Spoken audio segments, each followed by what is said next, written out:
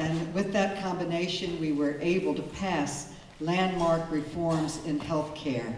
It was the largest expansion of health care since 1965. And I truly believe that on that mantelpiece of great democratic achievements with the Civil Rights Act, Social Security, health care, this health care bill will be right up on that mantle.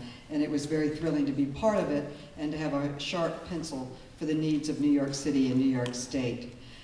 Last Thursday, when President Obama was in New York, he mentioned, as he does many times, my credit card Bill of Rights is one of their great achievements in his administration.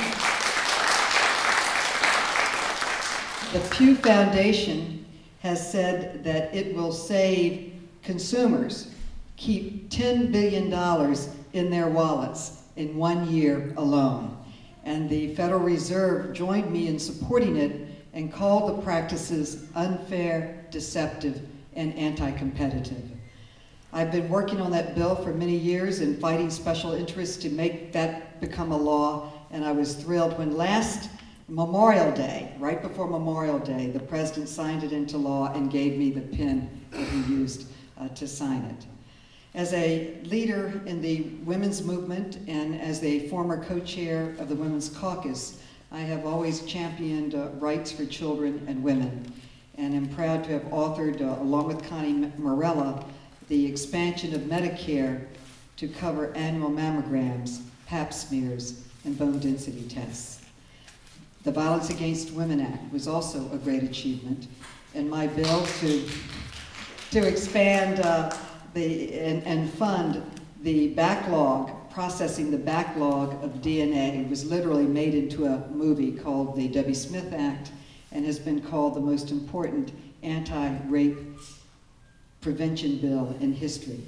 This week on the 20th, there will be a hearing on another bill that I've authored on DNA that will focus the funding and make it more results-oriented. And I hope that that bill will pass in this Congress. Maybe they'll make another movie out of that one, I don't know.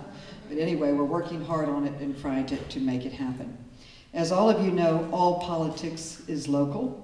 So I've worked hard to bring jobs and literally billions of dollars in federal funding to the district that I represent. Two largest mass transit projects, not in New York City, not in the state, but in the entire country, are in my district. The 2nd Avenue subway, and we had an event on Friday that had the boring machine start moving. That project is moving forward. And the Queens-Manhattan connector. These two projects alone bring in over $4 billion in federal funding and will create over 38,000 jobs.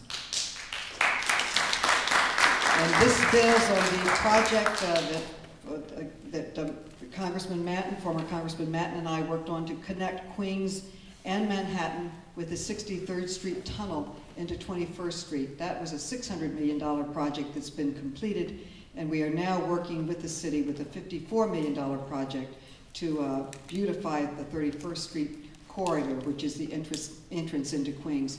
All of these projects, these infrastructure projects, bring dollars and jobs.